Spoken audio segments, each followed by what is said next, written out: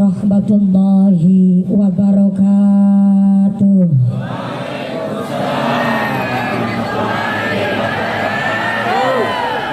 Bismillahirrahmanirrahim.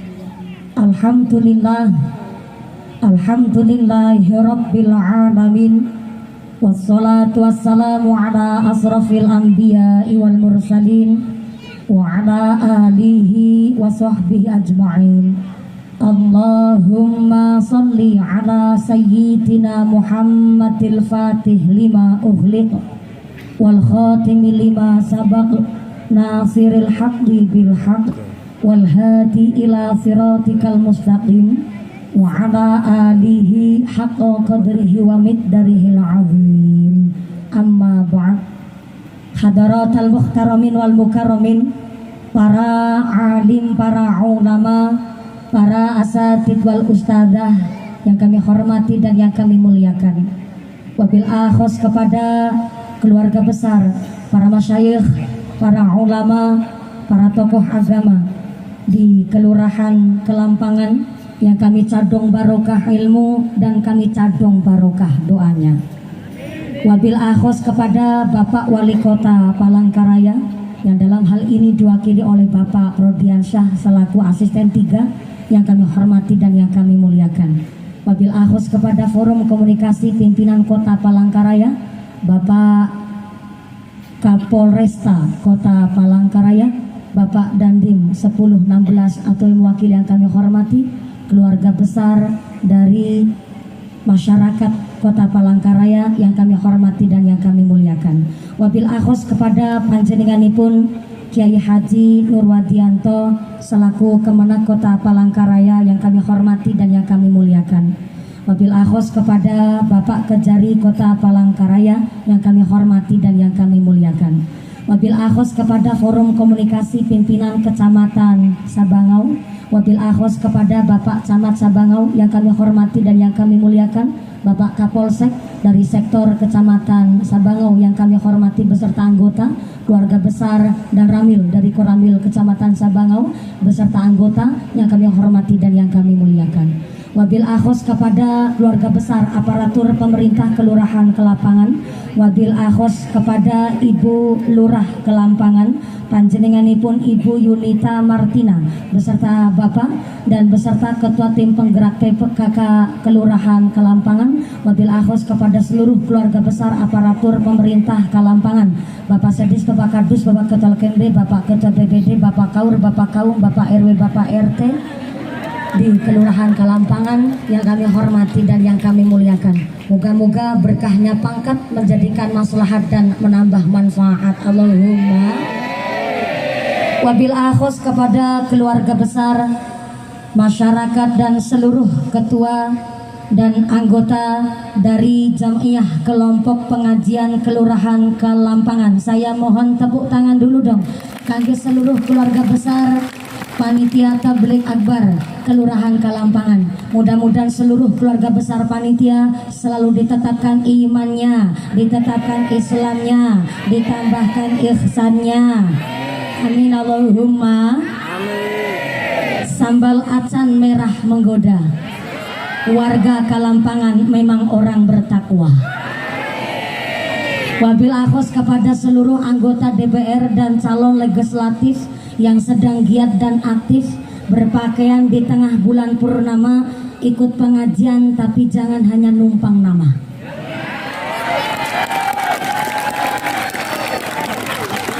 Wabil akhos kepada seluruh keluarga besar para agnia, para dermawan, para donatur. Mudah-mudahan para agnia, dermawan, donatur diberikan sehat panjang umur, diberikan berkah makmur.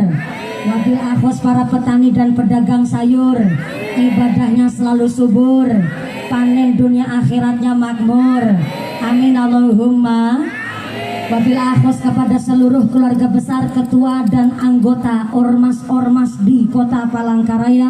Wabil akhos kepada keluarga besar Tanziliyah Sunan Nahdlatul Ulama, keluarga besar Muhammadiyah ataupun seluruh ormas-ormas di Kota Palangkaraya, rekan-rekan Bansar, PSHT, Denwatser, keluarga besar Kokam ataupun seluruh anggota ormas di Kota Palangkaraya yang kami hormati dan yang kami muliakan.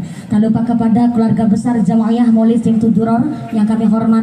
Tak lupa kepada seluruh masyarakat yang ikut berpartisipasi dan berkontribusi di tablik akbar keluarga besar kelurahan masyarakat Kalampangan. Wabil akhos kepada yang berdiri ngadeg, moga-moga imannya yang jejeg, yang pada duduk lenggah geliasah, yang pada ahli ibadah, yang sedang sakit ilang sakite, yang lagi meriang ilang meriange, yang lagi wudunan ilang wudune, sing lagi lara mata ilang larane, diberikan sehat walafiat, diberikan hiroh semangat ibadah. Allahumma. Kepada rekan-rekan santriwan santriwati, jombloan jomblowati, mbah kakung mbah putri, yang perawan-perawan muga-muga cepet payu rabi, yang bujang-bujang cepet entuk istri, yang duda janda enggal uli ganti, yang tua-tua moga-moga cepet dapat rezeki, enggal berangkat haji. Amin Allahumma. Wabil akhos kepada ketua paguyuban Pakuwojo Kota Palangkaraya yang kami hormati dan yang kami muliakan, para bapak haji bu hajah, para calon haji, para calon hajah, hadirin hadirat ma'al muslimin wal muslimat rahimakumullah. Sallu ala Nabi Muhammad. Ada satu kalimat indah dari baginda Rasul Muhammad sallallahu alaihi wasallam, bahwa baginda menyebutkan ana madinatul ilm wa Ali babua. Kalau saya adalah kotanya ilmu, maka Ali adalah pintunya. Karena ternyata Sayyidina Ali karramallahu wajhah adalah salah satu pencetus terbentuknya tahun Hijriah. Ketika Sayyidina Ali karramallahu wajhah menyampaikan usul kepada Kanjeng Nabi, ya Rasul, kalau saudara kita dari keluarga Kristiani, dari keluarga Nasrani punya tahun yang disebut tahun Masehi, diperhitungkan dari tahun Syamsiah, perhitungan matahari, dan ditetapkan mulai lahirnya Nabi Isa alaihissalam, kita umat Islam harus punya identitas. Maka atas ridha Allah Subhanahu wa taala, saya mengusulkan bahwa kita umat Islam harus punya identitas untuk perhitungan tahun. Disebutlah perhitungan tahun mulai bulan disebut perhitungan Qamariyah, yaitu dari baginda Rasul hijrah dari kota Mekah menuju kota Madinah. Bagaimana usul ini? Ternyata Kanjeng Nabi menyetujuinya, dan alhamdulillah hari ini kita panjenengan sedaya umat Islam pun derek transmigrasi ataupun ikut merantau. Kenapa kita ikut transmigrasi? Kenapa kita ikut merantau? Karena pesan Kanjeng Nabi, jadi di safinah fa innal bahra amik wa khuzizata kamilan fa innas safara ba'id. Perbaikilah perahumu karena lautan ini sangat dalam. Carilah bekal yang banyak karena perjalanan kita amat sangat jauh. Maka dari sambutan Bapak Wali Kota atau yang mewakili, diperingati hari ini akhir penghujung bulan Dzulhijjah, kita masuk tahun 1445 Hijriah. Mari kehidupan sekarang harus lebih baik dari kehidupan yang kemarin, dan kehidupan kita yang akan datang harus lebih baik dari kehidupan kita yang sekarang. Karena dino ganti dino, bulan ganti bulan, tahun ganti tahun, jatah umur tambah, dino sudo kontrak urip ning alam dunya, menungso rugi tuna, kejaba wong-wong sing beriman lan gawe amal kebajikan. Dari pernyataan saya, maka ngaji di pinggiran kota Palangkaraya, keluarga besar Kelurahan Kalampangan, malam hari ini kita harus membuat persetujuan. Apakah ngajinya pakai bahasa Indonesia atau pakai bahasa Jawa?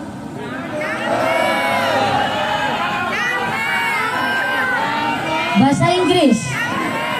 Ada yang bilang katanya saya disuruh pakai bahasa Inggris. Oke lah kalau begitu. Glory to be Allah Subhanahu wa Ta'ala, the God who created human being and teaches them language, which has given grace also we can get together on the Kelurahan Kalampangan, our beloved. My peace be always on the messenger of Allah Subhanahu wa Ta'ala, the noble human being and teacher of all people, who follow his teaching and consistently progress Islam.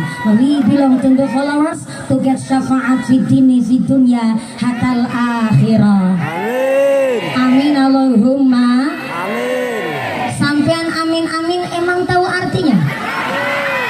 Berhubung panjenengan tidak tahu artinya dan bahasa Inggris kula nggih mung-mungan, dados niki bahasane campur sari mawon. Cek suara dulu sebelah kiri sini. Assalamualaikum. Sampai pojok kiri. Halo. Iya, masih sadar? Alhamdulillah. Kebagian snack mboten?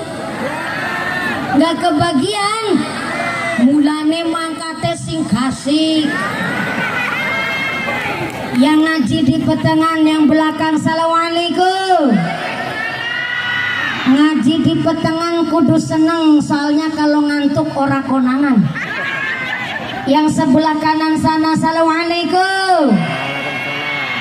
Kesepakatan kita ngajinya mau sebentar apa lama? Sebentar, jenengan protes melu bayari apa ora? Melu urunan. Melu urunan. Ya Allah, terus niki judulnya kula kiai urunan. Serelok banget muka-muka sing berkahi. Allahumma. Ngajinya mau sebentar apa lama? Sedelan apa sing suwe? Ukurannya suwe nang Kalampangan berapa jam? Berapa jam?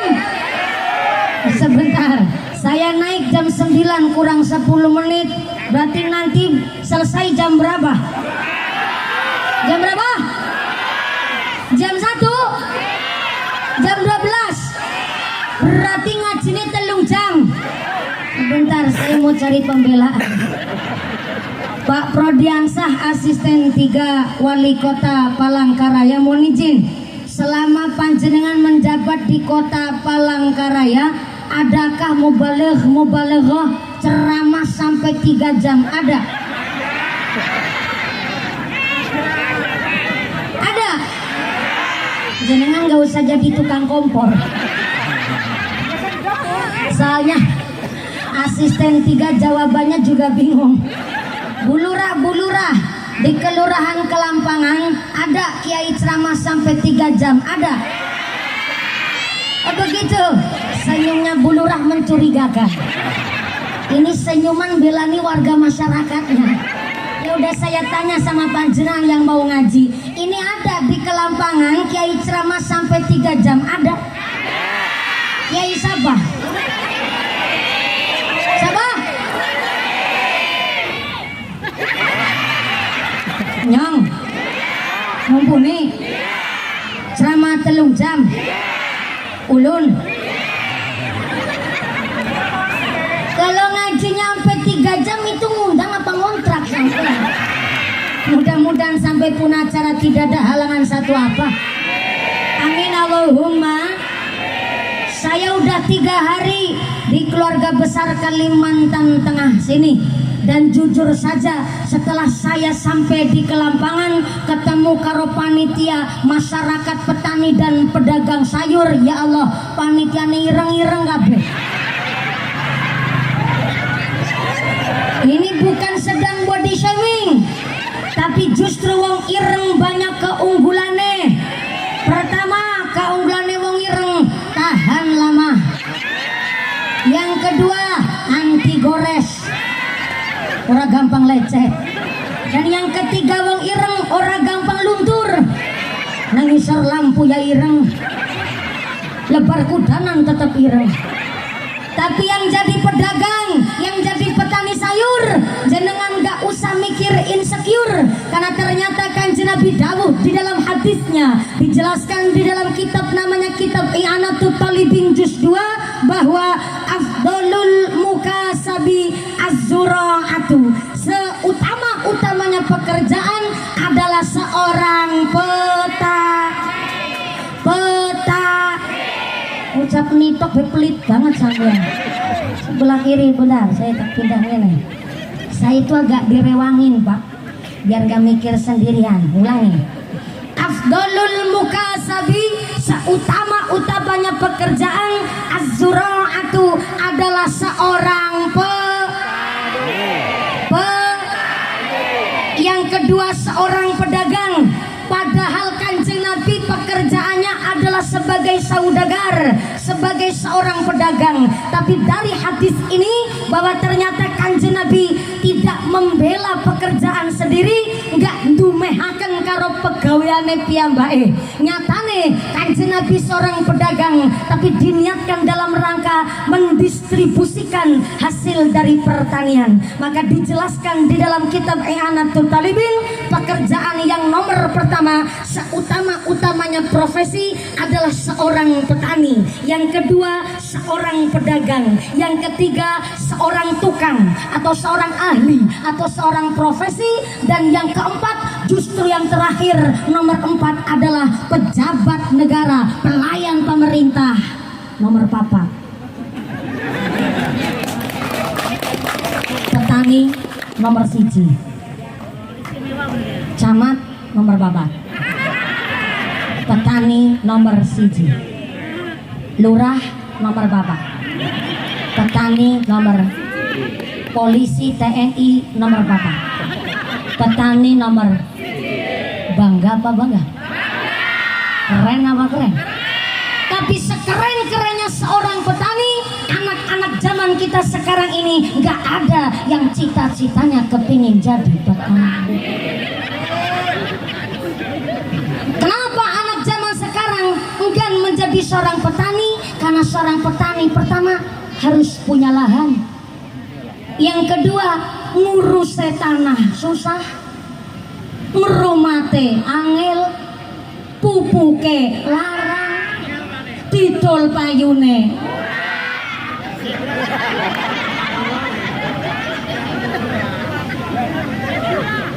Kalau ngurumate susah, didol payune murah, pertanyaannya di mana peran pemerintah?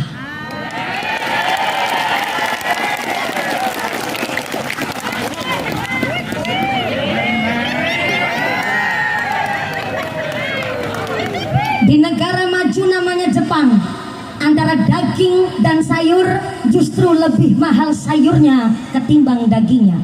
Saya diundang pengajian sampai ke Taiwan, justru antara daging dan sayurnya lebih mahal sayurnya ketimbang dagingnya.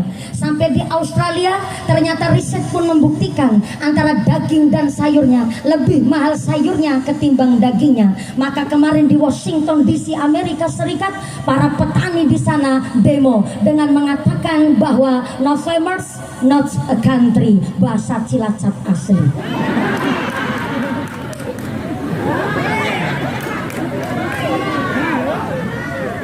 Kata petani di Washington DC, no farmers, kalau tidak ada seorang petani maka not a country, tidak mungkin terjadi satu negara. Maka kalau peran pemerintah sangat mendukung adanya para petani yang ternyata masyarakat kelurahan Kelampangan 40%-nya adalah seorang petani, 40%-nya adalah seorang pedagang, dan 20%-nya adalah ahli dan profesi. Kalau pemerintah mendukung dengan adanya petani yang disampaikan oleh Kanjeng Nabi, pekerjaan yang paling utama insya Allah kota Palangkaraya sesuai disampaikan oleh asisten 3 menjadi kota yang cantik.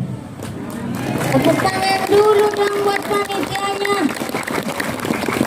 Nanggap mumpuni ki modalnya akeh.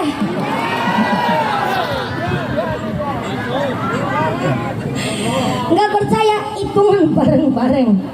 Panggungnya duit, backgroundnya duit, lampu soklene, air terjune, kembangnya, pratagane, senege, shootingane, rebanane, mumpuni.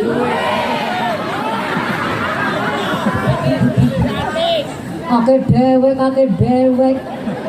Beneran bagian nyong ake dewek. Ya jajal ngotek diteni. Ini mutlak adalah dari keluarga besar panitianya, berdiri cecek kokoh ngadeg ketika sholat karena dasare nembe mangan. Jenengan rawuh wonten mriki boten kediman senek gak protes karena mau nang omah nembe. Pak Banser gone ngiringi mumpuni, Pak Babinsa Babin Kamtipmas bahkan panitia ngadeg ngeyeyer. Kuat karena mau nembe mangan. Sampai presiden iso kuat sedaya kabeh masyarakat kabaringan berkah nggone dados presiden mimpin dengan kuat karena juga didasari nembe. Sampai Pak Presiden makannya nasi sing nandur pari adalah petani, berarti presiden pun disodakui karo petani. Tepuk tangan dulu dong. Yang keprok utangnya lunas kabeh. Yang anehnya keras ketara utangnya banyak. Moga-moga rezekinya yang barokah. Amin Allahumma. Para petani nandur sayur orang mengharapkan sugih, mung kepingin urip sing makmur. Karena memang wong sugih tanggung jawabnya berat. Memang sugih bukan wajib fardu, tapi sugih niku perlu. Saya ulang pindah sebelah sini. Sugih bukan wajib fardu, tapi sugih niku perlu. Maka ketika di dalam kitab Azkarun Nawawi kita dianjurkan waktu melaksanakan sholat fardu, setelah membaca tahiyat akhir mau ngucapin salam, silahkan ditambahkan doa Allahumma inni as'alukal huda wattuqa wal afafa wal ghina. Saya ulang. Kalau lagi sholat fardu setelah tahiyat akhir mau ngucapin salam, disisipkan doa Allahumma inni as'alukal huda wattuqa wal afafa wal ghina. Itu anjuran dari kitab Azkarun Nawawi yang artinya, ya Allah, jadikanlah saya orang yang diberikan hidayah, orang yang diberikan petunjuk, diberikan barokah, kekuatan, dan diberikan sugih.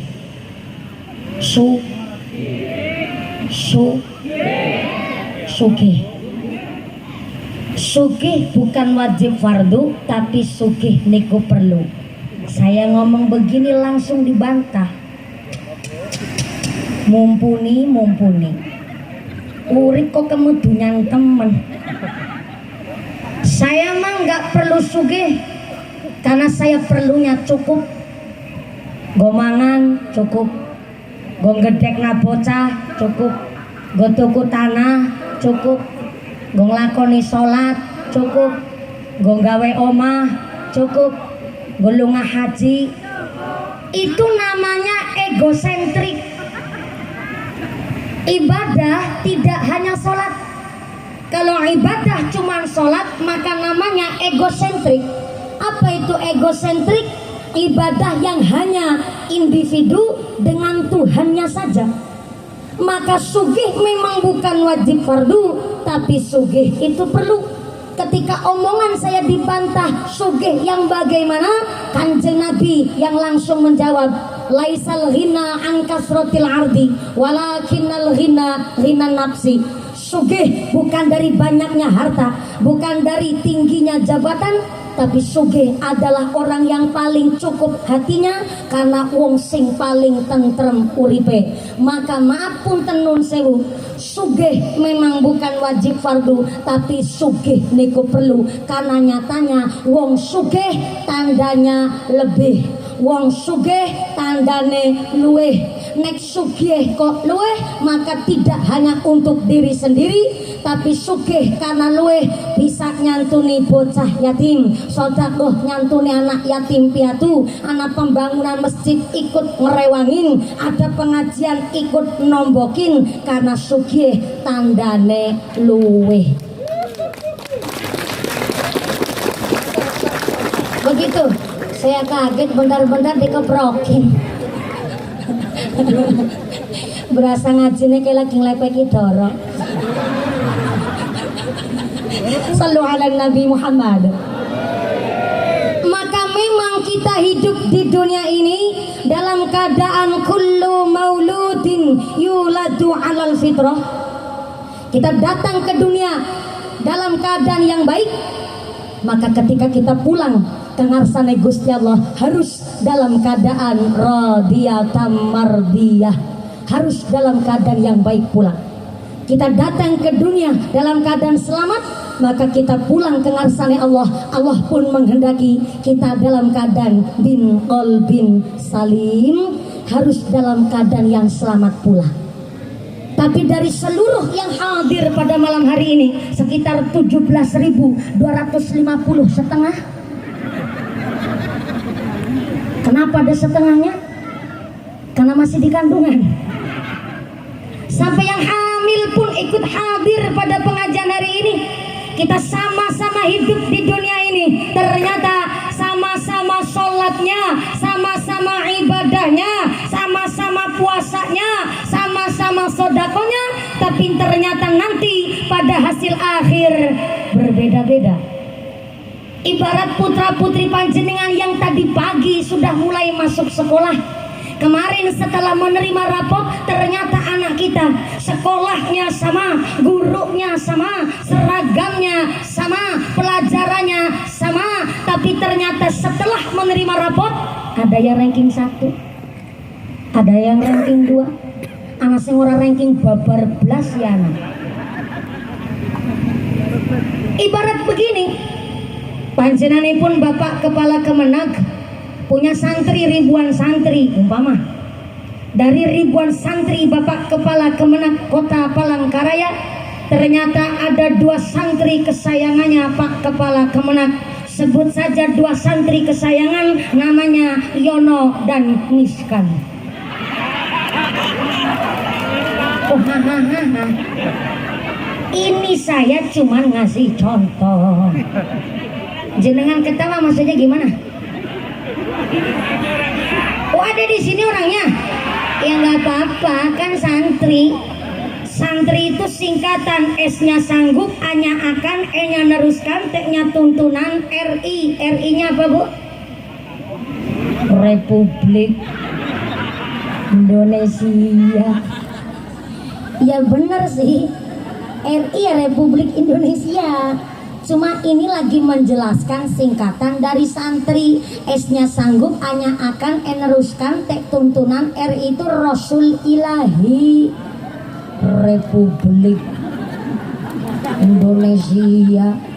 Nangarep dewek, banter, salah. Dari ribuan santri Pak Kepala Kemenag Kota Palangkaraya, ada 2 santri kesayangan, sebut saja Yono dan Miskan.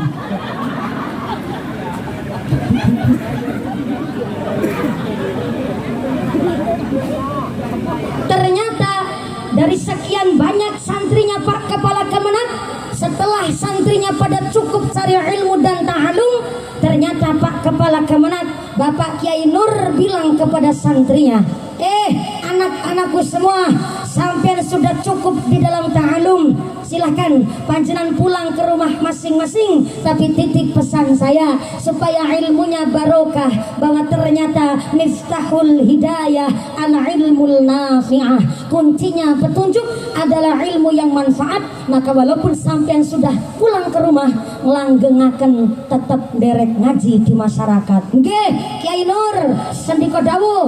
Akhirnya setelah pulang masing-masing ke rumah, ternyata Pak Yono dan Pak Miskan boleh jadi santri yang sukses semua. Pak Miskan jadi santri yang ternyata sukses nandur muntul. Umpama ini saya cuma ngasih gambaran, kan gak harus persis sama orang sini, Bu. Pak Miskan jadi santri yang sukses nandur muntul. Pak Yono sukses jadi pemborong bangunan. Satu ketika Pak Miskan habis nandur muntul. Tahu muntul nggak? Muntul itu ubi jalar. Ubi jalar di sini nyebutnya apa? Telo rambat. Kalau singkong telo apa? Telo buding. Ubi jalar telo rambat. Kalau singkong telo budin. Iya. Saya nyebutnya di Cilacap telo rambat atau ubi jalar disebut muntul. Saya juga sedang menyampaikan ciri khas daerah Cilacap, yaitu nyebutnya muntul. Pak Miskan jadi santri sukses nandur muntul. Setelah panen, kalau mutu itu buat nguleg, tapi muntul ubi jalar pusar tingah. Gak apa-apa biar gak salah paham. Mutu itu buat ngulek sambel, tapi kalau muntul ubi jalar alias telo rambat puas. Setelah Pak Miskan nandur muntul, dicarilah muntul yang paling bagus. Setelah muntul yang paling bagus dimasukkan ke dalam karung, dibawalah oleh Pak Miskan untuk sowan ke rumahnya Pak Kepala Kemenak Kementerian Agama Kota Palangkaraya, Bapak Kiai Nur. Pak Miskan sowan, bilang sama Kiai, "Assalamualaikum Kiai." "Waalaikumsalam." Miskan,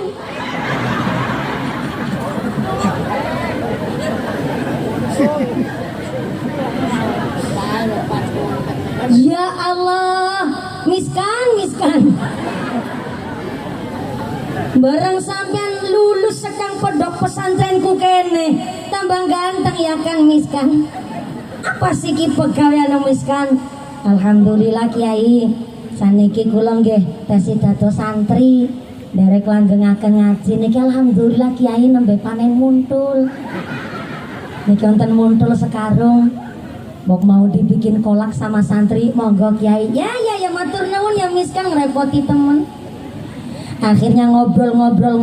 Setelah ngobrolnya selesai, Pak Miskan pamitan.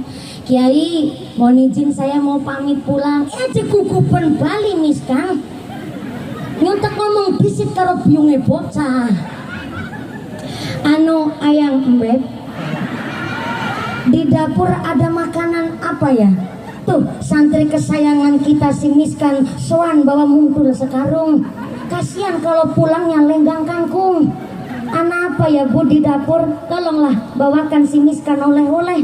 Bu Nyai Nur bilang, "Ngapunten Abah, nang dapur ge nggak ada makanan. Paling gini kau wingi bulurah ke Lampangan soan gawa wedus. Ya paling kontene wedus. Ya gawak namiskan bayi ya Bu." Ibune ikhlas mbok. Nggih ikhlas. Nyatane jenengan wis dadi kepala Kemenak ya kapan gone ngaripa. Gawak napak miskan bae ora apa-apa. Bapak ikhlas ya ikhlas. Wong kadar wedus iki ora apa-apa wong gawangane Bu Lurah. Akhirnya ini wedus kambingnya diberikan kepada Pak Miskan oleh Kiai Nur. Kan Miskan,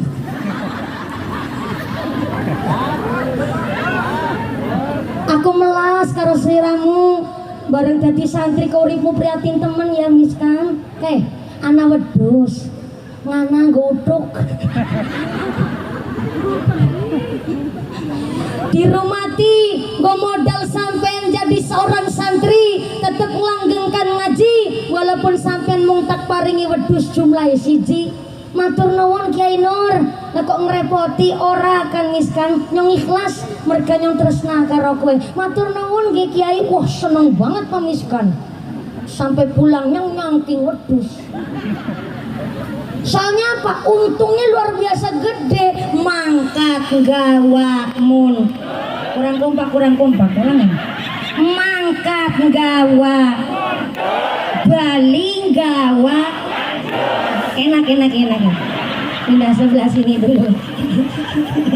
Mangkat gawak bali gawak. Untung enggak? Bati enggak? Bati. Borong lagi karo nyangking wedhus. Nang dalan ketemu Pak Yono.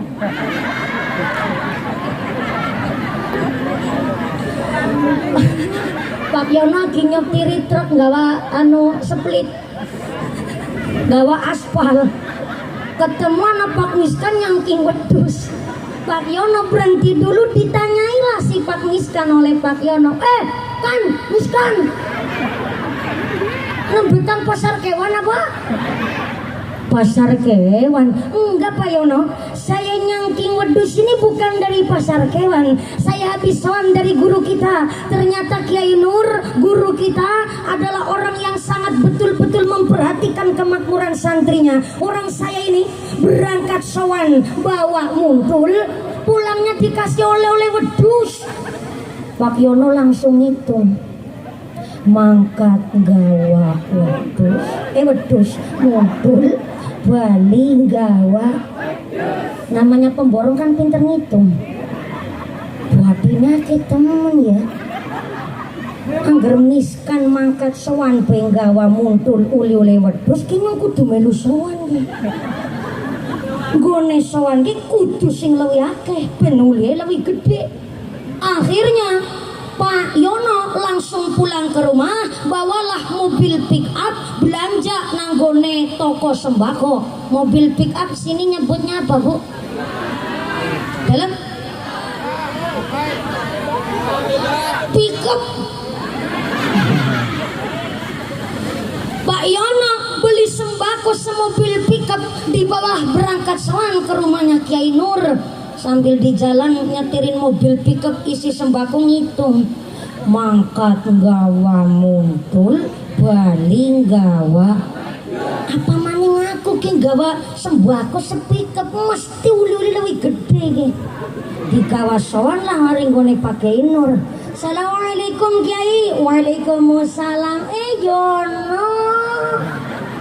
Iya. Tambah ganteng kayak aspal ya.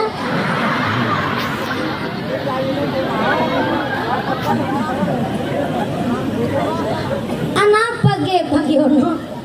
Deneng kosowan nari ngene nggih Kiai dalem niatan barokah, ngalap barokah. Niki insyaallah kula nderek silaturahim. Niki kali kula beto sembako sapikep. Ya Allah. Nembe bathi dadi pemborong aspal ben dadakan gawe sembako. Ngrepot-ngrepoti sampean Mas Yono. Mboten Kiai dalem niat sowan. Ya. Ngobrolnya selesai. Pak Yono pamitan pulang. Kiai mohon izin saya mau pamit pulang. Mengko disit ke Yono batin ya ke. Iya waktune iki. Aja gugupan Bali. Kok disit ke nyontek pamitan karo binge bocah. Assalamualaikum Ayang Mbet. Di dapur ada apa ya, Mak? Ke si Yono jan melas temen ya. Ternyata mangkat kok gawa sembako semobil pickup. Jajal ke diuli-uli melas banget. Ya kepriwe ya Pak? Wingi be wedhus sing digawakna bulurah kelampangan wis digawakna maring Pak Miskan. Ya paling kae muntul sing digawa.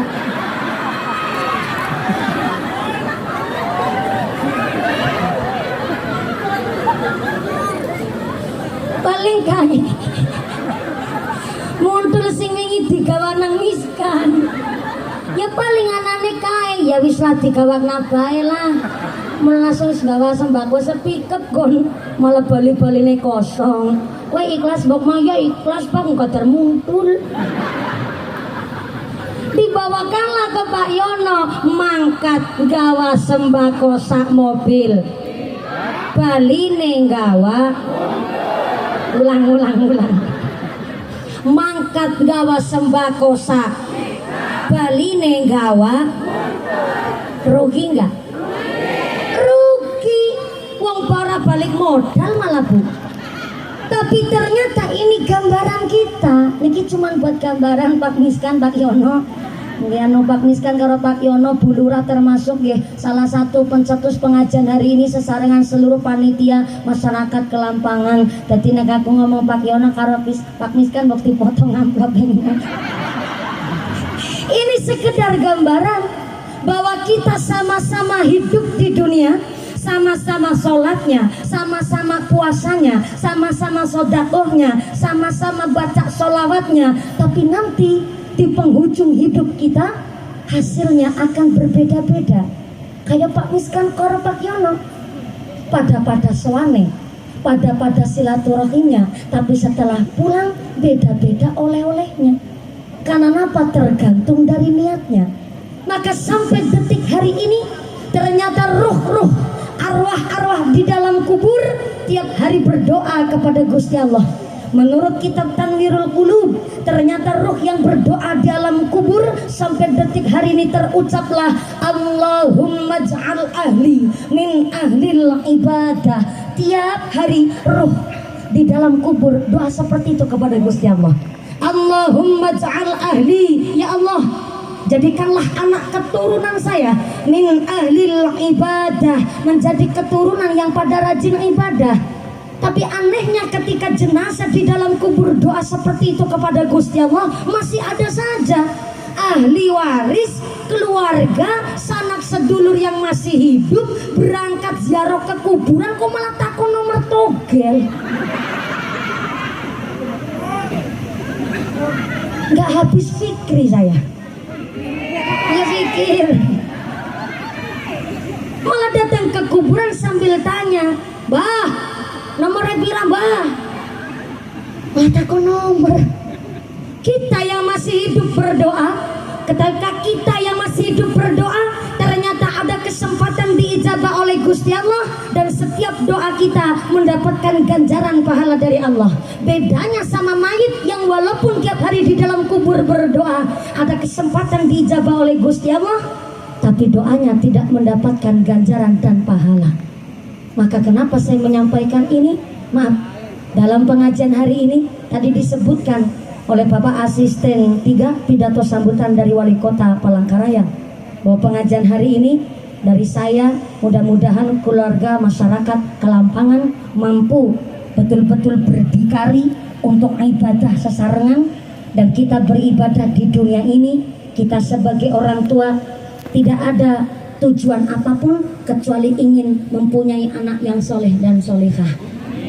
Entah pejabat, entah banser, entah bulurah, Pak Yono, Pak Miskan, panitia, bahkan sampai banser sekalipun. Pak Camat datang, Pak Camat datang, Pak Kapolsek ada. Alhamdulillah. Pak Camat yang sebelah mana Pak Camat? Subhanallah, ganteng banget. Pak Kapolsek mana Pak Kapolsek? Alhamdulillah, baloknya masih satu, Pak. Nanti pulang langsung balok 2, Pak. Gak usah balok-balokan, langsung mawar saja Pak Kompol. Bapak Dan Ramil Forkom Pincang, Bapak Dan Ramil ada hadir juga, Masya Allah. Saya hampir tadi kebablasan lihat Dan Ramil pakai koko, pakai sarung. Ini Dan Ramil apa pengantin sunat? Pak Kepala Kemenak sudah pernah ketemu dengan saya di Sukamakmur, Sukamara, alhamdulillah. Dan dari beberapa jajaran Forum Komunikasi Pimpinan Kota Palangkaraya. Bu Lurah yang mana Bu Lurah? Subhanallah, Bu Lurah, alhamdulillah, terima kasih juga. Saya sudah difasilitasi untuk silaturahim jauh-jauh dari Cilacap. Saya nyebrang sampai ke Kota Palangkaraya, nang dimpani sambelacan nang kene.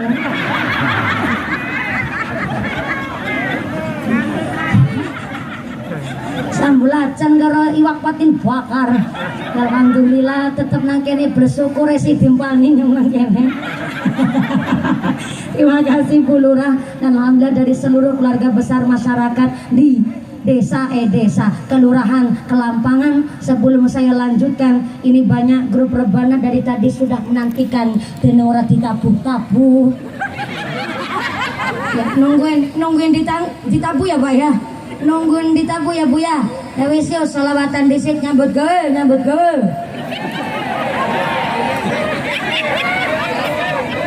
Sallu ala Nabi Muhammad. Maulaya salli ala habibikal Mustafa. Sallim ya Rabbi ala nabiyikal mujtaba. Sallim ya Rabbi ala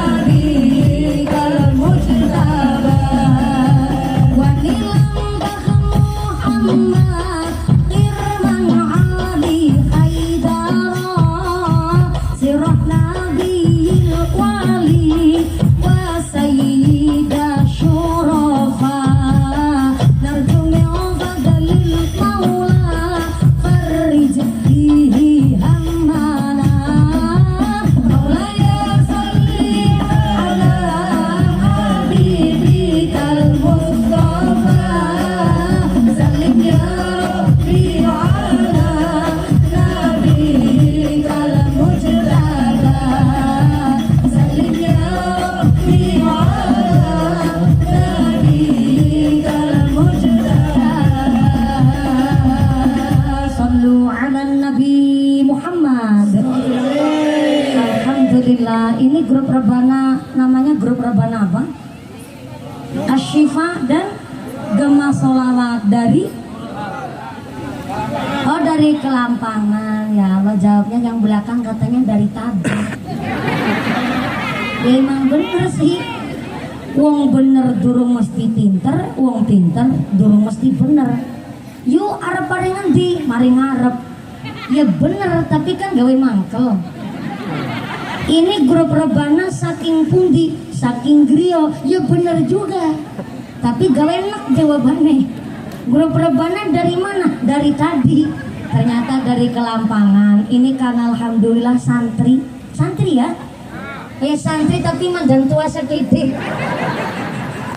Karena semangat loh. Nabunya nggak cuma sekadar nabunya pakai skill, perlu effort. Effortnya apa tuh? Harus berjuang pakai waktu. Ibu-ibu rumah tangga loh, biasa nyambel acan. Hari ini nutuki rebana. Ini saya sawer 1 juta dulu. Mohon izin Pak, bisa dibagi 2 dulu Bu. Ya soalnya nangkene di amplop ya orang ngerti. Ini saya gimana? Sangune muntul, cilacap bingone muntul kan, muntul mangan muntul. Saya datang di sini ikut seneng dan ikut bahagia, makanya saya nyawer santri, nyawer grup rebana. Kalau nyawer banser, nanti yang lain bisa Pak, tapi yang lain takut organisasi yang lain juga ikut cemburu, jadi nanti sawer menyawernya saling pengertian saja. Begitu nggih Pak Banser? Mohon izin Pak Banser, iya kita harus ikut berpartisipasi untuk mengguyup rukun kan, karena dari pengajian hari ini tidak hanya dari keluarga Nahdlatul Ulama, tapi ada dari beberapa banyak organisasi yang ikut pengajian pada malam hari ini. Tepuk tangan dulu dong. Mohon izin, Banser adalah bantuan serbaguna Pak Kapolsek Pak Daramil. Kalau di TNI kan ada TNI Angkatan Darat, Angkatan Laut, Angkatan Udara. Betul Pak Daramil? Tapi kalau di Banser itu TNI Angkatan Langit Pak. Kenapa Angkatan Langit? Karena nggak gajian, nggak bayaran. Iya, kalau orang masih nungguin gajian, nungguin bayaran, namanya abdi negara. Pak Kapolsek, Pak Daramil, Pak Kemenak sampai Bu Lurah, itu namanya abdi negara. Apalagi lurah, nggak cuma gaji, sampai sebongkok-bongkoknya pun diterima Pak. Dan ternyata disebut abdi negara karena masih ngabdi, mengharapkan gajian. Tapi kalau titel sudah berkhidmat, apa itu berkhidmat? Titel paling tinggi, nggak usah nungguin bayaran, nggak usah gajian, Banser aja seragam tuku dewek. Iya Pak Banser, sepatu tuku dewek. Jadi berkhidmat titelnya paling tinggi. Jadi mohon izin Pak Banser dan sekeluarga dari berbanyak ormas hari ini yang ikut pengajian pada malam hari ini, nggak saya sawer Pak, ya saling kontak amplopku. Saya nyawernya santri. Kenapa saya nyawer santri? Ya ketimbang nyawer biduan Pak. Alhamdulillah sekarang banyak biduan pakai jilbab. Moga-moga dikasih istiqomah. Tapi namanya biduan Pak, biar menarik kan maaf, kadang-kadang bajunya seronok kurang bahan. Masa di Gunung Merapi ke Gunung Merbabu ditonjol-tonjolin, punya pusar sampai dikasih celobong udara. Maaf sampai pakai rok mini, rok pacet, belekan buri nyerempet silit buri, belekan ngarep nyerempet silit ngarep.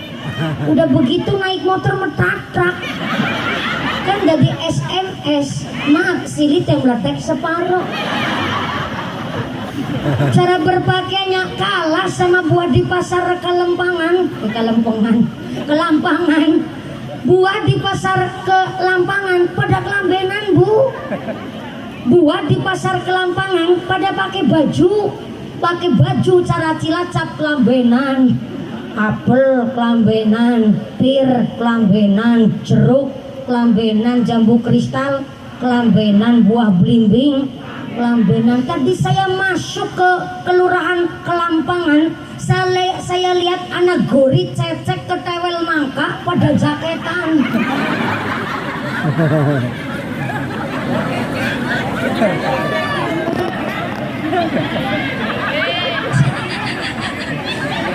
cakap saya ngomong. Cecek ketewel nangka gori pada jaketan. Kalau di Kelurahan Kelampangan gori pada jaketan, kenapa gorine wong wadon ora dibrongsong? Maka inilah kenapa pengajian malam hari ini menyongsong tahun baru 1445 Hijriah. Kita diingatkan bahwa orang tua membiayai anak untuk sekolah, untuk ngaji, gak mengharapkan pangkat dan derajatnya, gak mengharapkan harta bendanya, tapi orang tua nungsang jempalit sirah kanggo sikil-sikil kanggo siramemek geger atus keringet banting tulang setengah mati. Ternyata nandur-nandure petani gombem biayai anaknya sekolah pada ngaji, karena orang tua paham wong tua siji bisa ngrumat anak wolu, tapi anak wolu durung mesti bisa ngrumat wong tua siji. Maka di dalam kitab Sarah Sulam Taufik dijelaskan kalau orang tua meninggal dunia, wafat, kok masih meninggalkan hutang, baik hutang janji atau hutang duit. Yang kedua, meninggalkan wasiat atau nazar. Yang ketiga, orang tuanya pernah sugih, tapi sampai matinya, sampai wafatnya belum pernah berangkat haji, maka warisannya belum bisa dibagi. Lembut tapi pedas. Saya ulang, pindah sebelah sini. Ini bukan saya yang ngomong, saya cuma menyampaikan di kitab Sulam Taufik, tapi di dalam sarahnya. Kalau orang tua meninggal dunia wafat, kok ternyata masih meninggalkan hutang, baik hutang janji atau hutang duit. Yang kedua, meninggalkan wasiat atau nazar. Yang ketiga, waktu hidupnya pernah jadi orang kaya, tapi sampai matinya belum pernah berangkat haji, maka ahli warisnya kok sampai memaksa supaya warisan dibagi, maka sama halnya ahli waris makan duit riba. Kenapa saya menyampaikan begini? Daerah trans yang merantau, yang punya tanah di Jawa, maaf, terkadang nun sewu punten, anak-anak zaman sekarang kita ini taunya dan hanya mengerti kalau orang tuanya wafat mati ya warisannya dibagi. Ada orang sini begitu? Ada orang sini begitu? Hanya gara-gara rebutan warisan sama saudara kandung orang pada takon-takonan. Hanya gara-gara rebutan warisan sama saudara kandung kepapasan nang dalan plengos-plengosan. Anak wong kene kayak gue. Anak wong kene kayak gue. Makat wonge. Yang kayak apa modelnya?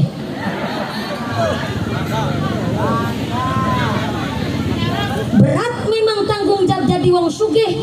Sampai-sampai masih di dalam Sarah Sulam Taufik, kalau semasa hidup orang tuanya adalah pernah kaya, pernah sugih secara finansial dan sehat secara badaniah, tapi sampai wafatnya belum pernah berangkat haji, maka ketika warisannya hendak dibagi, ahli warisnya harus mengambil dana dari duit warisan untuk membadalkan haji orang tuanya terlebih dahulu, baru warisannya bisa dibagi.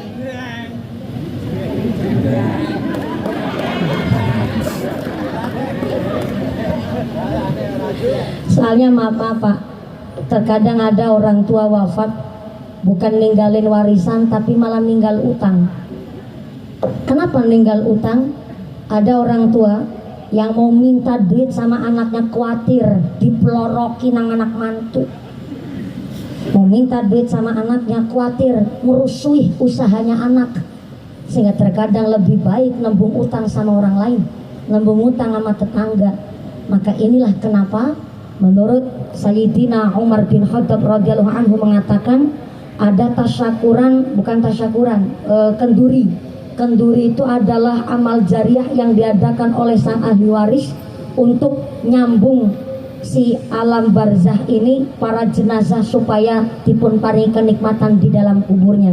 Makanya mohon maaf sekali, ada tawasul, ada tahlilan, nujuh hari, matang puluh, nyatus, sampai acara haul, adalah khawatirnya si almarhum almarhumah di dalam kuburnya masih punya utang piutang sangkut paut di dunia belum diselesaikan, maka anak atau ahli waris wajib untuk nyarutangi tinggalan utang sangkut pautnya orang tua. Ini saya ngomong bukan pakai nafsu, saya masih pakai dasar bahwa menurut kitab namanya Qatrul Ghois. Qatrul artinya tetes-tetes, Ghois artinya pitulungan. Jadi ada kitab namanya Qatrul Ghois, tetesnya pertolongan. Disampaikan ciri-ciri ahli waris yang waras.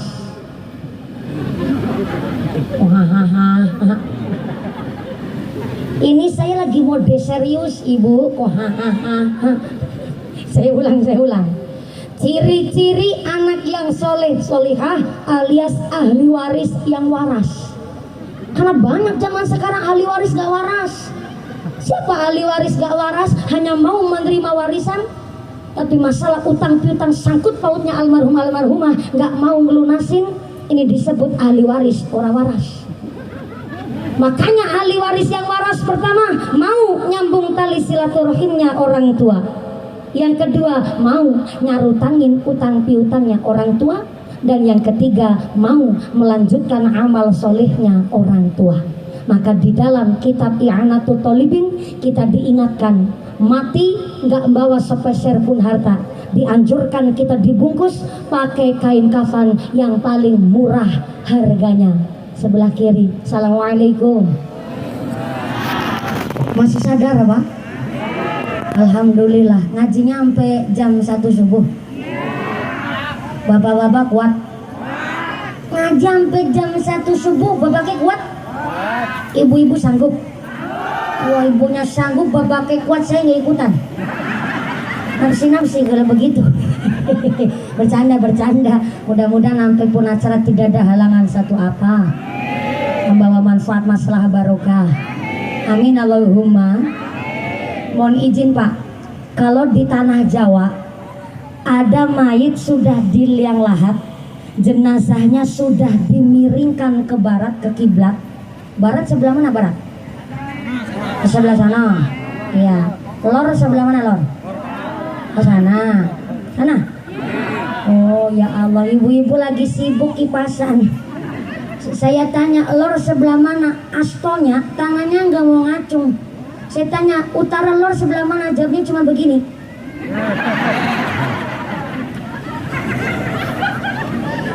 Enak banget ngejawabnya, nggak harus pakai tenaga. Lor sebelah mana? Untung saya ngerti bahasa isyarat. Kalau begini berarti nangkena. Kalau mayit sudah dimiringkan ke arah kiblat, kepalanya sudah di sebelah utara, itu sebelum diuruk pakai lemah, pakai tanah, biasanya ada papan atau bambu untuk nutupin mayit. Di tempat saya di Cilacap disebut papan yang buat nutupin itu mayit disebut dangka. Kalau di Palangkaraya pakai penutup gitu nggak? Pakai? Iya, ada yang pakai, ada yang enggak? Gimana? Pakai peti? Oh, jadi mayitnya udah dibungkus kain kafan, kemudian dilanjutkan dimasukkan ke peti. Oh, ini menjadi riset baru ini. Nanti akan saya kaji ulang dengan kiai dan guru-guru kami. Iya, nggak apa-apa sih. Gimana Pak? Oh, karena berair. Jadi petinya menginangkan di perahu Pak, biar nggak tenggelam. Oke. Karena dicari kemaslahatannya dan lebih dicari ahsan dan keutamaan. Oke, cerita masalah keutamaan nggak masalah. Karena di mana daerah itu berlaku hukum, maka kita harus ngikut hukum itu. Contoh begini, kemarin pas lagi Idul Adha, ada yang Idul Adhanya hari Rabu, ada yang hari Kamis, betul? Nggak masalah, itu semuanya benar. Karena di mana daerah itu ada, maka hukum itu berlaku. Ibarat seperti ini, saya sahur di Cilacap. Ketika saya sahur di Cilacap, saya diundang pengajian di Mimika, Papua.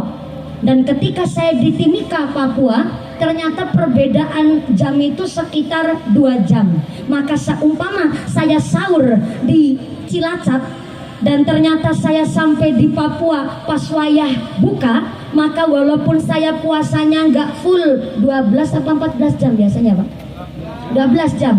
Ketika saya perjalanan ternyata nggak full puasanya selama 12 jam, tapi karena perbandingan waktu yaitu selisih 2 jam, berarti saya puasanya cuma 10 jam. Saya ikut buka puasa tong-tong bleng azan maghrib di Papua. Di mana hukum itu berlaku, maka disitulah kita ngikut daerah hukum itu berlaku. Maka termasuk makanya nih, kalau di Cilacap pakai penutupnya bambu ataupun papan, di sini pakainya peti. Karena dicari keahsannya. Apa itu keutamaannya? Ternyata lebih maslahat pakai peti, sebab di sini daerahnya rawa berair. Jadi peti ini gue numpak perahu ya majid ya Pak. Subhanallah, mantep. Mulia mulia. Yang penting bukan perahu Titanic aja ya Pak ya. Oke. Lebih aksan, lebih utama. Ibarat kemarin pas Idul Adha, ada bapak-bapak bikin story di WhatsApp. Kenapa hewan kurban yang lebih utama dan rata-rata adalah hewan jenis kelamin laki-laki? Karena yang perempuan jangankan berkorban, ngakuin salahnya aja gak mau.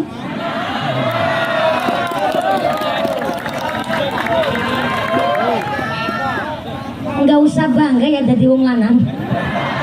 Ini belum selesai saya ngejelasinnya Pak. Ya Allah, taltul katanya si bapak. Begini, hewan untuk kurban atau akikah memang rata-rata hewan jenis kelamin jantan.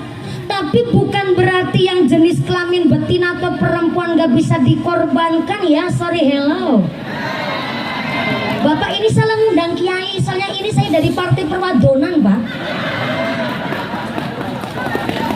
Tapi tenang, saya ngejawab nggak pakai nafsu, saya jawab tentunya pakai dasar. Di dalam kitab fikih manapun saja, baik I'anatul Talibin, kitab Bajuri telah menjelaskan bahwa hewan berjenis kelamin betina bisa untuk kurban dan akikoh. Syaratnya tentu hewan yang berjenis kelamin betina tetap sehat dan tanpa cacat. Yang kedua, harus dipastikan dalam keadaan sedang tidak hamil binti meteng.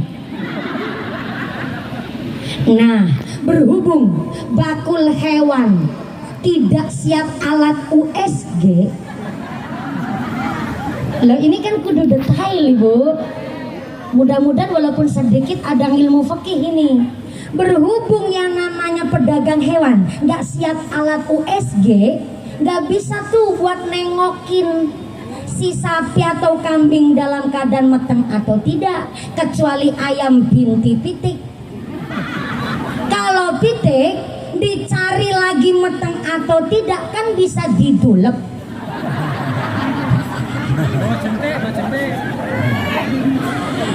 Begini, mohon izin, mohon maaf. Kalau cerita jorok kok ternyata dibungkus dalam fikih nggak jadi jorok, karena itu mudah-mudahan jadi ngilmu. Ya, selain didulep apa ya? Biar nggak kasar banget lah. Gimana? Aduh, bahasa begitu lagi. Begini. Kalau ayam kan bisa ditengokin pakai jentrik.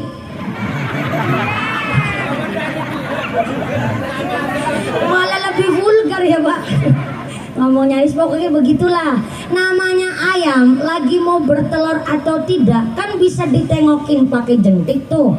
Tapi kalau kambing atau sapi atau kerbau nggak bisa ditengokin pakai jentik.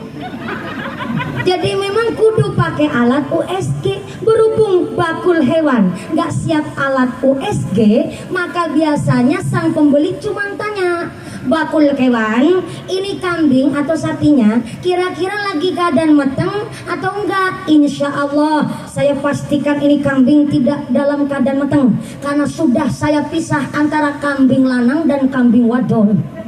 Oh begitu Pak, ya udah, saya beli kambing si perempuan ini, kambing betina untuk saya jadikan akikoh umpamanya atau kurban umpamanya.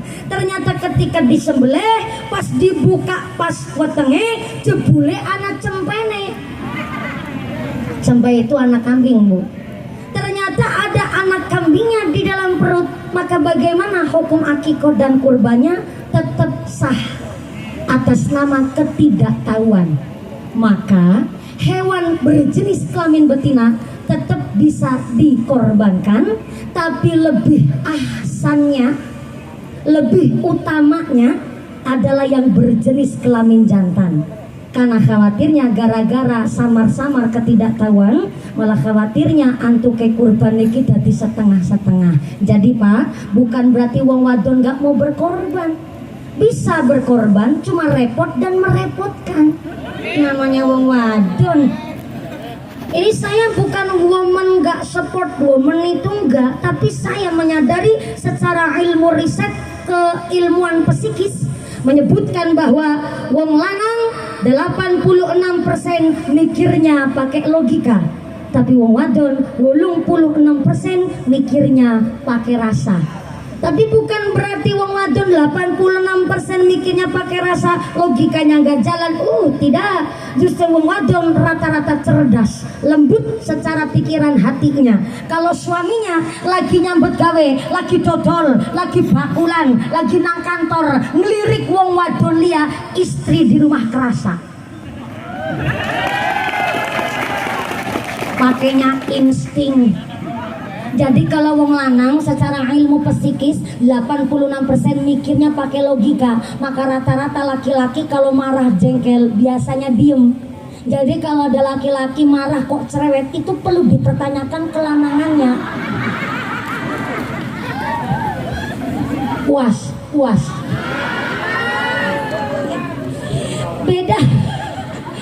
Beda sama perempuan. Memang perempuan mikirnya 86% pakai rasa, emosionalnya tinggi. Dari 100% badannya, 10%-nya daging, 10%-nya adalah tulang, dan 80%-nya adalah amarah yang meluap-luap. Jadi kalau istri lagi marah, suaminya aja bingung di dalam membedakan ketika istri marah, mana istri sendiri dan mana harimau Sumatera. Inilah kenapa namanya otoritas talak dipegang teguh oleh seorang suami kepala rumah tangga. Karena khawatirnya kalau perempuan megang otoritas talak, malah bentar-bentar marah mintanya cerai. Pegat baik Pak Nyong, pegat baik. Namanya perempuan Bu, maka maaf. Jadi perempuan itu disebutkan adalah khairun nisa ummati nisaul Madinah, kata Nabi. Perempuan yang terbaik memang perempuan Madinah. Sahabat bertanya, kenapa kudu perempuan Madinah? Enggak perempuan Kelampangan. Kan Nabi berkata, karena perempuan Madinah yang pertama takut kepada Gusti Allah, yang kedua malu kalau tidak ngaji. Jadi mohon izin Pak, kalau di keluarga besar masyarakat Kelampangan, Bapak Kemenang, Bapak Asisten 3, Bapak Forum Komunikasi Pimpinan Kecamatan Sabangau, jadi di Kelampangan ada sekitar 6 jamaah kelompok pengajian, ibu-ibu khususnya. Betul? Tepuk tangan dulu dong. Yang tepuk tangan bisa berangkat haji kabeh. Pengen berangkat haji? Pengen berangkat haji? Udah daftar belum? Astagfirullahaladzim. Pengen berangkat haji tapi belum daftar. Jadi cuman kepingin. Daftarnya tahun sekarang, paling cepat berangkatnya 13 tahun kemudian, dan paling lambat sekitar 45 tahun kemudian. Ya Allah Bu, tuh memang berangkat haji harus diniatkan jadi dhuyufur rahman al mubarakun, jadi tamu agungnya Gusti Allah. Mudah-mudahan bisa ziarah Mekah Madinah kabeh, bisa berangkat jadi Bapak Haji Bu Hajah, bawa mabrur-mabruroh. Amin Allahumma.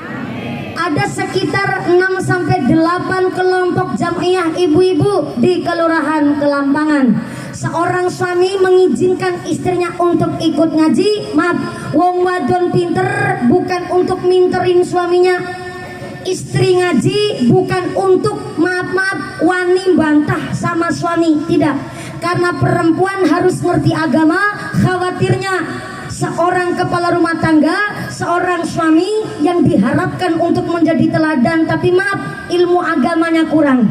Mohon maaf sekali Pak, istri haid maaf datang bulan, suaminya yang tanggung jawab sampai akhirat.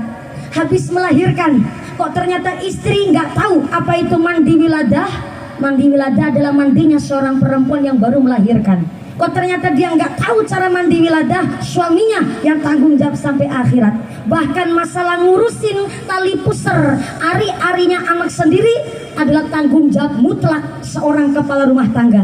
Tapi khawatirnya seorang istri dapat suami yang kurang agamanya, ya maaf non sewu, yang lakoni sholat cuma terkadang masalah bab syariat, bab toharoh kurang. Maka kenapa seorang perempuan kudu ikut pengajian, ikut rutinan, ikut majelis taklim, adalah supaya seorang perempuan walaupun setinggi apapun jabatannya bulurah kelampangan, tapi kalau wong wadon ngerti agama gak mungkin menyepelekan suaminya.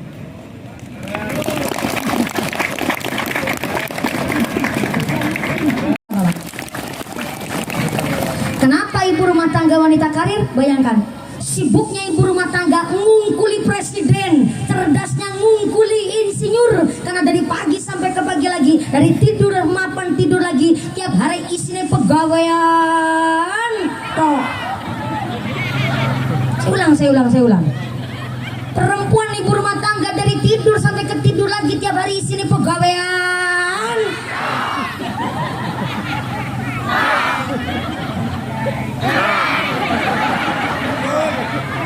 Jangan gugupan Pak, belum sampai bawah taktok.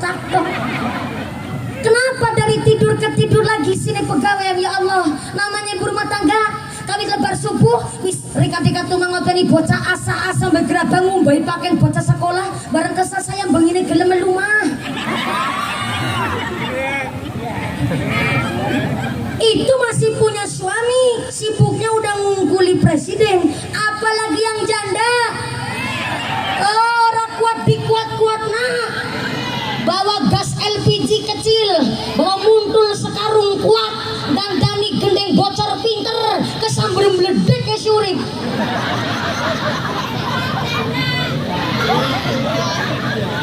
Ada yang ngejawab hidup randa gitu katanya. Oke, nggak apa-apa, saya sambungin ke hadis ini. Kalau ibu bilang hidup randa, di dalam hadis riwayat At-Tirmidzi, ternyata Kanjeng Nabi mengatakan kelak ketika Kanjeng Nabi membuka pintunya surga, baru dibuka sedikit, melompong sedikit, tiba-tiba ada yang nyelonong. What is a nyelonong? Nyelonong is amblodos. What is amblodos? Amblodos is a nyeruntul, you know. Nyeruntul itu mendahului. Jadi kan Kanjeng Nabi membuka pintu surga. Yang dikasih prerogatif untuk membuka pintu surga adalah Kanjeng Nabi Muhammad SAW. Dan kita umatnya ketika mau masuk surga, kita di belakang Kanjeng Nabi. Dan rencana ini baru rencana Pak. Rencana ketika Kanjeng Nabi membuka pintu surga, kita semua akan ngikut Kanjeng Nabi. Amin Allahumma. Rencananya begitu tuh. Dan ketika Kanjeng Nabi baru membuka pintu surga, baru ngebuka sedikit, ada yang nyelonong. Siapa yang nyelonong?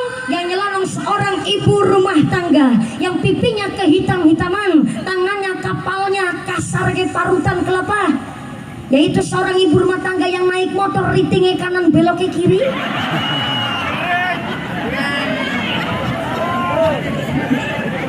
Tapi bukan sembarang ibu rumah tangga. Dia adalah seorang ibu rumah tangga yang ditinggal wafat oleh suaminya dan memutuskan untuk tidak nikah lagi, khusus cari nafkah untuk anak-anak yatimnya. Dia berhak masuk surga dengan cara nyelonong.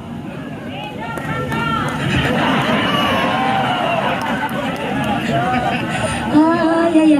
Jadi di sini ada partai PRM, Partai Rondo Makmur. Subhanallah, mantep banget. Oke. Mohon maaf ini Pak. Ini memang hadis riwayat At-Tirmidzi menyampaikan seperti itu. Tapi saya mau tanya nih, di Kelampangan, Bulurah, di Kelampangan ada randa apa enggak Bulurah? Banyak. Ya Allah, Kelampangan akhir randa guys.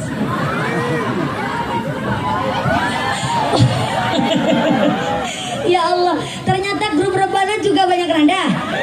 Tapi nih, dengerin dulu Bu, randa yang bisa nyelonong masuk surga itu randa yang ditinggal wafat. Mati titik mati. Randa janda yang ditinggal wafat oleh suaminya. Jadi kalau randa cerai, maaf ya, randa pegatan gak ada urusan ya, sorry hello. Ini khusus randa yang ditinggal wafat sama suami. Kenapa? Kalau randa yang ditinggal wafat suaminya dan memutuskan gak nikah lagi, maka si janda ini tetap ngalah barokah ngikut sama almarhum suaminya. Tapi kalau nikah lagi, ditinggal wafatnya sama suami, kok nikah lagi, maka si janda ini akan ngikut pertanggungjawaban ke suami berikutnya. Udah nggak ngikut sama suami yang di dalam kubur. Jadi kalau jandanya janda cerai, janda pegatan, kan ada mantan suami, dan mantan suami tetap ngasih nafkah sama anak-anak kandungnya. Begitu Bapak Ibu. Jadi yang bisa nyelonong masuk surga, yang lain ngantri, ini janda malah nyeruntul Pak. Nggak permisi, nggak pamit tuh, nyeruntul baik.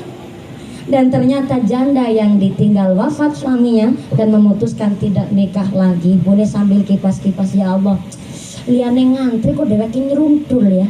Enak temen kiranda, ya Allah, moga-moga suami saya cepet mati. Ya jangan Ibu, ini lebih aksanya yang punya suami masuk surga, yang jadi istri masuk surga bareng keluarga. Allahumma. Kembali lagi lebih ahsannya memang ternyata dicari kemaslahatan mayit di sini karena kembali lagi sama mayit ya Pak ya. Mayit di sini pakainya peti karena memang makamnya, makbaronya, kuburannya itu kalau digali pasti ada airnya gitu. Oh, ketimbang dicecek-cecek tapi kemambang baik, maka lebih asalnya pakai peti. Oke. Petinya itu pakai kayu apa Pak? Papan biasa. Pakai papan biasa. Oke, ini berarti buat satu riset dan ini menyesuaikan dengan kitab I'anatul Talibin. Begini, kalau di Cilacap Jawa Tengah, papan yang atau bambu ketika mayitnya sudah dimiringkan ke barat dan kepalanya udah di sebelah utara, ditutuplah pakai papan atau bambu, disebutnya dangka.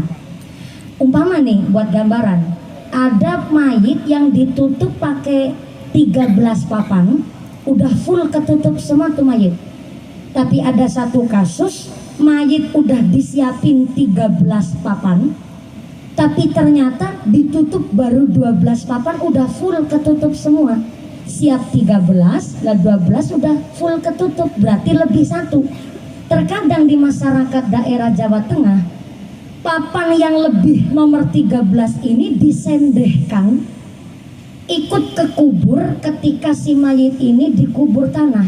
Padahal papan yang ke-13 ini sudah nggak ada fungsinya, tapi ikut ke kubur. Padahal walaupun satu papan itu ternilai harga, nggak ketang harga 5.000, ikut ke kubur. Khawatirnya ikut menjadikan beratnya si mayit untuk dimintai pertanggungjawaban. Maka kalau di sini pakai peti mungkin akan lebih baik dan lebih asalnya akan kita musyawarahkan dengan keluarga supaya nggak jadi beratnya sang mayit. Mungkin petinya pun adalah kayu yang paling cepat remuknya. Remuknya apa ya? Hancur. Jabuk. Iya, jabuk. Jabuk bahasa sini. Gimana? Iya, ada suara tanpa rupa. Yang belakang ikut musyawarah soalnya. Jabuk. Ya cepet remuk, binti cepet hancur. Mungkin seperti itu. Supaya tidak membebankan si mayit di dalam kubur. Karena kita dianjurkan wafat, kita dibungkus kain kafan yang paling murah harganya, supaya tidak menjadikan beratnya pertanggungjawaban. Bayangkan, hanya sekedar kayu yang memang jabuk, tapi kok ternyata dicari kayu yang paling bagus supaya si malaikat bingung caranya gue buka kayak gue kepriwe, dipatoki paku sekelilingnya kabeh. Umpama nih, supaya si mayit gak bisa ngebuka itu mayit, gak bisa seperti itu Pak, karena ternyata kita akan dimintai pertanggungjawaban sesuai dengan amal yang kita bawa. Maka maksud dari kitab I'anatul Thalibin mengingatkan kepada sang ahli waris, ahlul baitnya, untuk mempersiapkan orang tua kita supaya kelak di alam barzahnya nggak dimintai pertanggungjawaban yang terlalu berat. Maka sampai utang piutang orang tua, anak yang soleh dan solehah mau ngurusin utang dan tanggung jawab orang tua untuk supaya mengantar orang tua kita ke alam barzah. Insya Allah mudah-mudahan diberikan padang jembar kuburnya, digampangkan hisabnya, dan ditempatkan di surganya Allah. Amin Allahumma, amin Allahumma. Untuk nyambut bulan Muharram dan tahun 1445 Hijriah, saya ambil nadom dari kitab I'anatul Thalibin, sinambi diringi dengan gur perbana. Shallu ala Nabi Muhammad. Fi yaumi Asyura ashrun tattasil bi hasanati walaha fadlun nuqil sumsali silazara aliman odraktahil roksal yatim mingsa tasadak wagat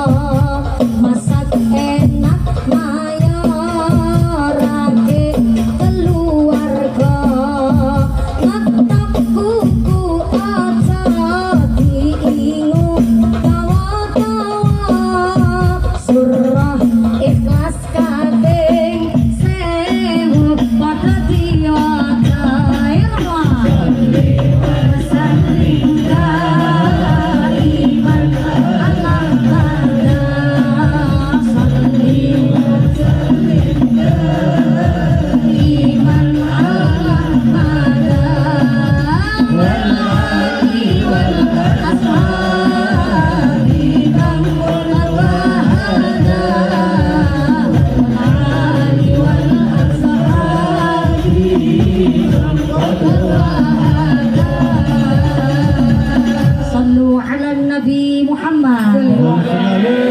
Mohon maaf kalau yang banyak di sini hadir bukan dari suku Jawa, dan mohon maaf ini yang tadi saya sampaikan adalah nazam kitab I'anatul Thalibin, dan saya tetap mengartikan pakai bahasa Jawa karena ini untuk menunjukkan sanad keilmuan saya.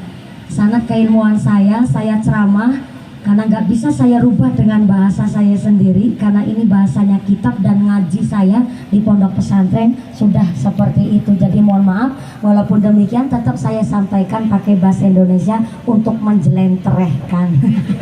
Menjelentrehkan. Mohon izin, ini ngajinya sampai jam 1 subuh kan? Iya. Ya, tak kontroknya. Soalnya saya khawatir nih yang di belakang tukang kameramen ini gelap dan saya nggak bisa melihat pasurian wajah panjenengan. Jadi mohon izin kalau ngantuk nggak konangan Bu. Cuma ya masa enggak ngaji saya kok ditinggal ngantuk kan eman-eman. Gedang klutuk godonge sengkleh, wong ngantuk lambene. Gedang klutuk dimakan ular, wong ngantuk mangap karo. Pinter jenengan. Mudah-mudahan sampai pun acara tidak ada halangan satu apa Allahumma. Gusti Allah ngendikaaken 1 tahun ada 12 bulan. Tapi di antara 12 bulan ada 4 bulan yang istimewa. Dari 4 bulan yang istimewa menurut Allah Subhanahu wa taala, yang 3 bergandengan, yang 1 agak misah sendirian. Yang 3 gandengan, pertama bulan Dzulqa'dah, yang kedua bulan Dzulhijjah, yang ketiga nih besok kita masuk bulan Muharram, dan yang keempatnya bulan istimewa menurut Gusti Allah yaitu bulan Rajab. Ramadan. Nang arep dhewe. Banter. Salah. Kalau Ramadan Sayyidus Syuhur, bulan rajanya bulan. Tapi kalau 4 bulan yang istimewa, yang 3 gandengan, 1 misah sendirian. 4 bulan tuh Dzulqa'dah, Dzulhijjah, Muharram tuh yang gandengan. Yang misah sendirian bulan Rajab.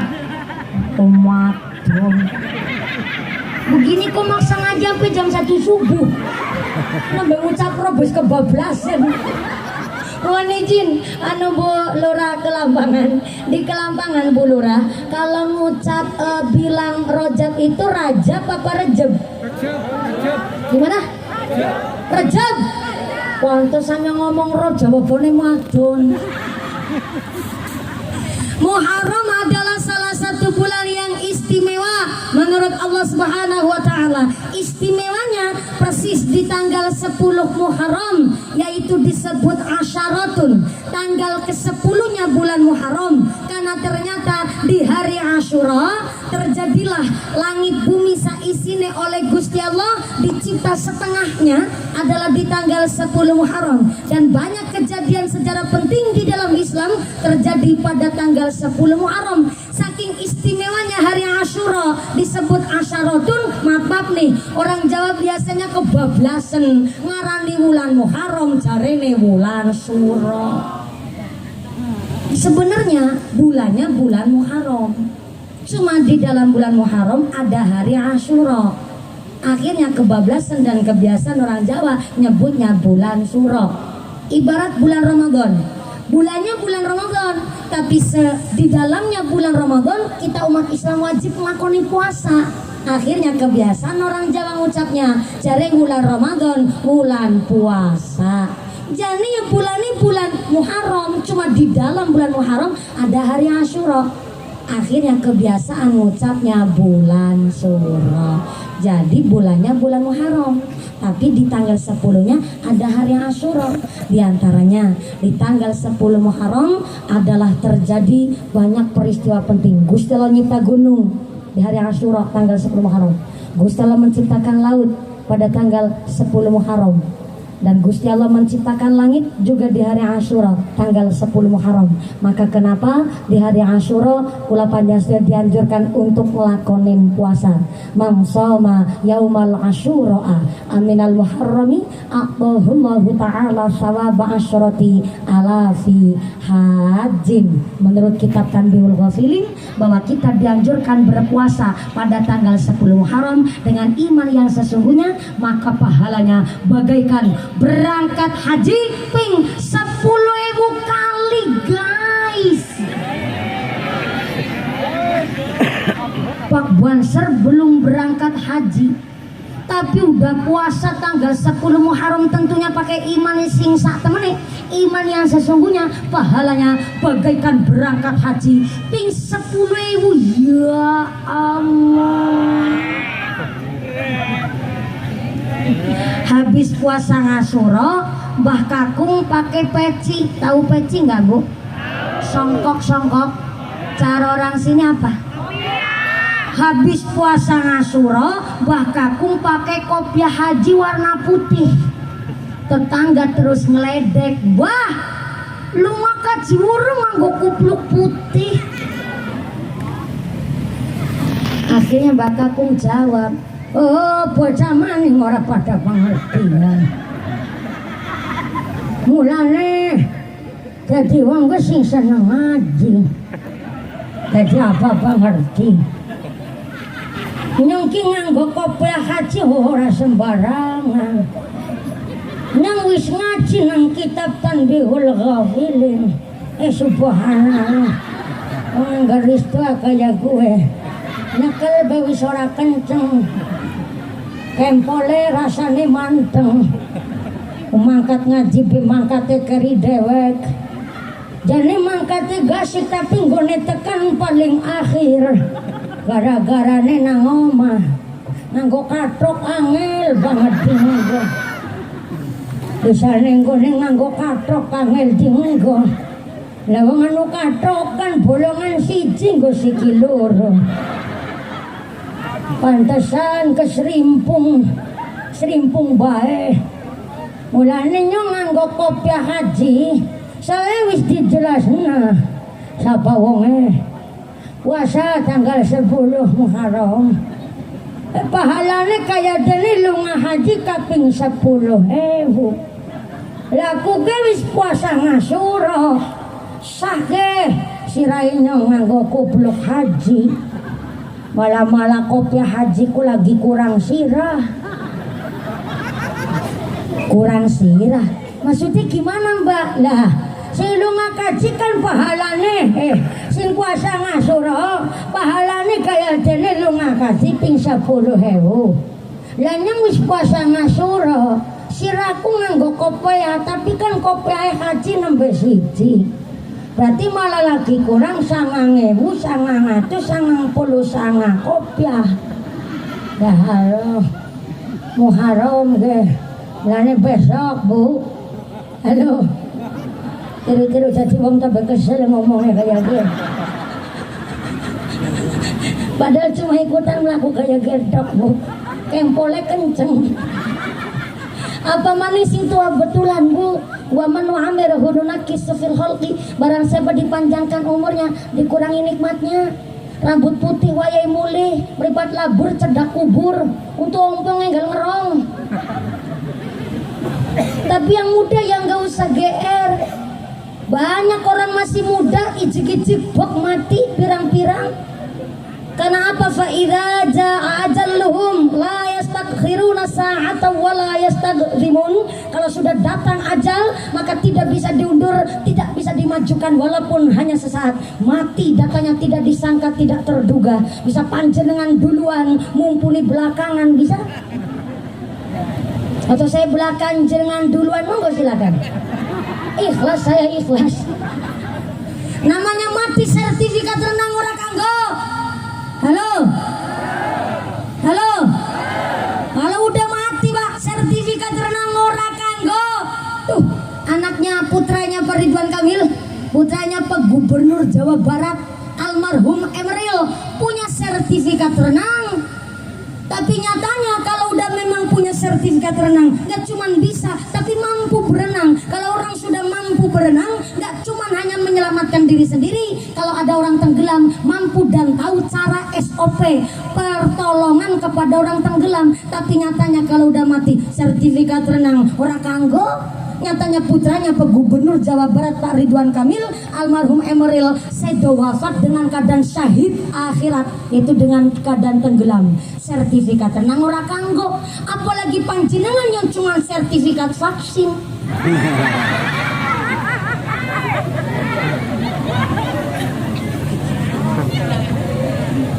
Kembali lagi ngebahas apa tadi, lupa. Lagi ngebahas kopiah. Gimana ceritanya saya yang ceramah babas yang ngitungin amplop? Kalau cair adalah satu ungkapan doa, saya aminkan. Mudah-mudahan jadi mubalighah yang cair betulan. Cair kanggo sangu ibadah. Puas. Ini sih udah duduk pak mau akhir, gara-gara kerungut cair ngadeg maning ini. Jadi mohon izin karena memang waktunya, dan kemudian alhamdulillah saya ceramahnya udah lama, udah 2 jam.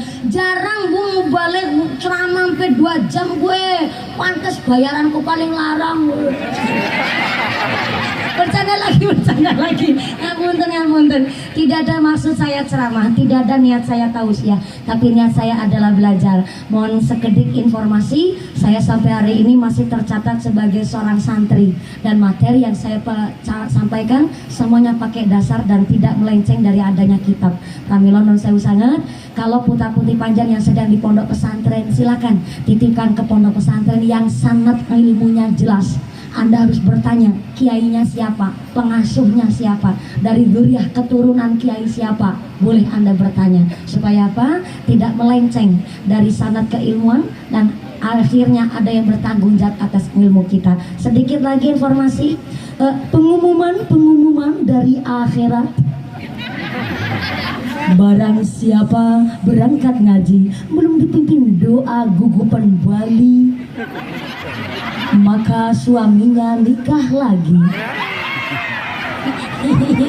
Jangan pulang dulu, karena walaupun tadi sudah diimami doa oleh masyayikh kiai kita dari Kelampangan, saya mohon izin Pak Kepala Kemenak untuk memimpin doa di penghujung pengajian hari ini, khususnya juga doa kafaratul majelis, agar kita pengajiannya nggak hanya sekedar guyonan saja, tapi kita pimpin dengan doa dari Pak Kepala Kemenak Sumonggo, ataupun dari sepuan sini Sumonggo. Dari saya, mudah-mudahan keluarga besar, panitia, petani, pedagang sayur Kelampangan, dan seluruh panitia tabligh akbar di Kelampangan ditetapkan imannya, ditetapkan Islamnya, ditambahkan ihsannya, diberikan sehat panjang yuswa yang manfaat yang barokah, diberikan ghirah semangat ibadah, dijauhkan dari segala wabah musibah, dijadikan masyarakat yang ahli ibadah, masyarakat yang ahlul jannah, pungkasan yuswa bisa husnul khatimah. Amin Allahumma. Jangan pulang terlebih dahulu, karena saya harap Bapak Kepala Kemenak kersa untuk mengimami doa pengajian hari ini. Sumangga akan dimami langsung oleh Akhinal Kiram Romo Kiai Haji Nur Widianto selaku Kepala Kemenak ke Kota Palangkaraya. Bapak Prodiansyah, terima kasih asisten 3 yang telah mewakili Bapak Wali Kota.